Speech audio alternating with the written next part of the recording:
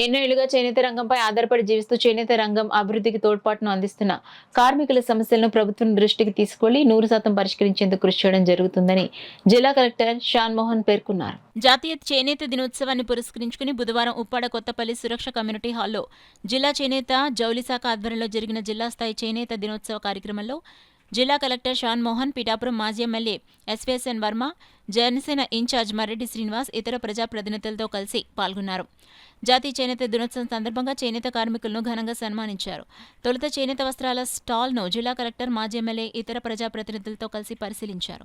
ఈ సందర్భంగా జిల్లా కలెక్టర్ షాన్ మోహన్ మాట్లాడుతూ ప్రాచీన కాలం నుంచి చేనేత రంగంలో ఉప్పాడ చేనేత వస్త్రాలకు ప్రత్యేక గుర్తింపు ఉందన్నారు.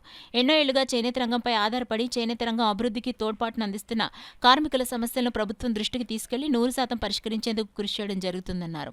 పిఠాపురం మాజీ ఎమ్మెల్యే ఎస్వేఎన్ వర్మ మాట్లాడుతూ మారుతున్న కాలానికి అనుగుణంగా టెక్నాలజీపై చేనేత కార్మికులు అవగాహన పెంపొందించుకోవాలన్నారు. సరికొత్త డిజైన్లపై దృష్టి సారించాలన్నారు. జిల్లాలో చేనేత కార్మికులకు ప్రభుత్వం నుంచి అందే సంక్షేమ అభివృద్ధి ఫలాలు పూర్తి స్థాయిలో దక్కేందుకు ఇంటింటా సర్వే నిర్వహించి గుర్తింపు కార్డులు అందజేయాలన్నారు. కొత్తగా చేనేత సహకార సంఘాల ఏర్పాటుపై అధికారులు ప్రత్యేక దృష్టి పెట్టాలని సూచించారు. జనసేన ఇన్ఛార్జ్ మర్రెడ్డి శ్రీనివాస్ మాట్లాడుతూ చేనేత రంగాన్ని అభివృద్ధి చేసుకోవాల్సిన ఆవశ్యకత ఉందన్నారు. ఇందుకు చేనేత ఉత్పత్తులు, వస్త్రాలను వినియోగించడం జీవితంలో భాగం చేసుకోవాలని తెలిపారు. కార్యక్రమంలో జిల్లా చేనేత జౌళి శాఖ అసిస్టెంట్ డైరెక్టర్ కె పెద్దిరాజు, చేనేత అభివృద్ధి అధికారులు, చేనేత సహకార సంఘాల నాయకులు, సభ్యులు, ఇతర అధికారులు తదితరులు పాల్గొన్నారు.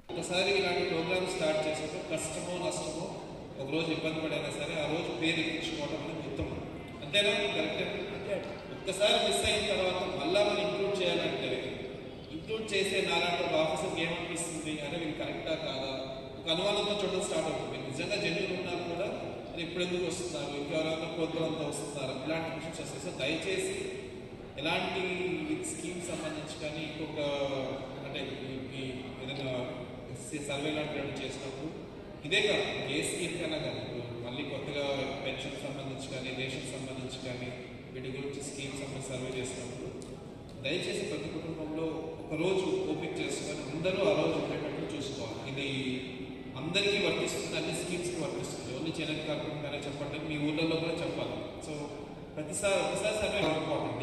నేను మళ్ళీ మాట్లాడాలి అంటే నాకు తెలియాలి అసలు మీరు ఏం చెప్తున్నాను. సో అందువల్ల కొంత టైం తీసుకున్నందుకు అండ్ ఇందాక ఆయన ఎక్స్ప్లెయిన్ చేసినట్టు స్పందన తెప్పించుకునే ప్రయత్నం చేస్తాను. పొలిటికల్గా కూడా అంటే ఫ్రమ్ ద పార్టీ సైడ్ కూడా రెండు పార్టీ జనసేన ప్రభుత్వంలో ఒకసారి కనీసం వారానికి ఒక్క రోజున మన చేనేత వస్త్రాలను ప్రోత్సహిస్తే ఈ చేనేత కార్మికులందరూ కూడా వీరందరికీ కూడా చాలా ప్రోత్సాహంగా ఉంటుందండి. ప్రపోజల్ గతంలో జరిగింది.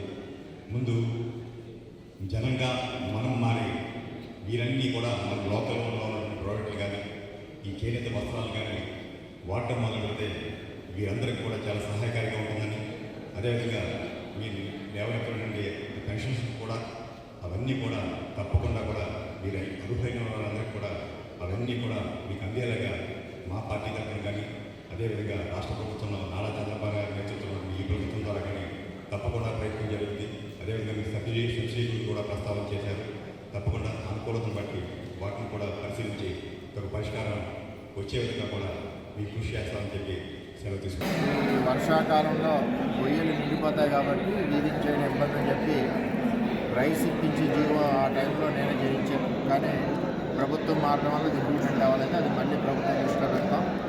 అదేవిధంగా మరి రూల్ మీద సబ్సిడీ కానీ మార్కెటింగ్ ఫెసిలిటీ కానీ ప్రతి ఒక్కరికి కూడా ఐడెంటిటీ కార్డు, లేబర్ అన్న వాళ్ళందరికీ ఐడెంటిటీ కార్డుతో పాటు ఇన్సూరెన్స్ కార్డు, ఈ రెండు కూడా మరి కలెక్టర్ గారు దృష్టిలో పెట్టాం. దాంతోపాటుగా ప్రతి విలేజ్లోనే ఇంటింటికి సర్వే చేసి లేబర్స్ ఎవరైతే ఉన్నారో వాళ్ళని ఐడెంటిఫై చేసుకుని దాని తర్వాత వారికి రావాల్సిన విధి విధానాలు ఏదైతే ఉన్నాయో కొత్త ప్రభుత్వంలో అవన్నీ కూడా ఇంప్లిమెంట్ అవుతాయని చెప్పి తెలియజేసుకుంటూ లేబర్ సోదరులు కూడా మరి పాత తరం డిజైన్ నుంచి కొత్త తరం డిజైన్కి వచ్చి వ్యాపారాన్ని వృద్ధి చెందుకోవడానికి డీసీసీ బ్యాంక్ నుంచి కూడా ఫుల్ సపోర్ట్ ఇస్తామని చెప్పి కలెక్టర్ గారు కూడా తెలియజేశారు. ఏదేమైనా ఇవన్నీ కూడా కొత్త ప్రభుత్వం, ముఖ్యంగా చంద్రబాబు నాయుడు గారి ప్రభుత్వం, కూటమి ప్రభుత్వం లేబర్ సోదరులకి ఎప్పుడు కూడా సపోర్ట్గా ఉండే ప్రభుత్వం. 2014-19 వరకు కూడా మరి లేబర్స్ని అందరినీ కూడా గుండెలో పెట్టి చూసుకొని తెలుగుదేశం ప్రభుత్వం ఈ 19-24లో చాలా ఇబ్బందులు పడ్డారు. మరి రాబోయే రోజుల్లో ఒక 2-3 నెలల్లో ఇవన్నీ కూడా సార్ట్అవుట్ అవుతాయి. ఈవేళ కూడా కొన్ని ప్రకటన చంద్రబాబు నాయుడు గారు చేయొచ్చు చీరాల్లో. మరి మీరు అందరూ ఇక్కడికి వచ్చినందుకు మీ అందరికీ పేరు పేరున ధన్యవాదాలు.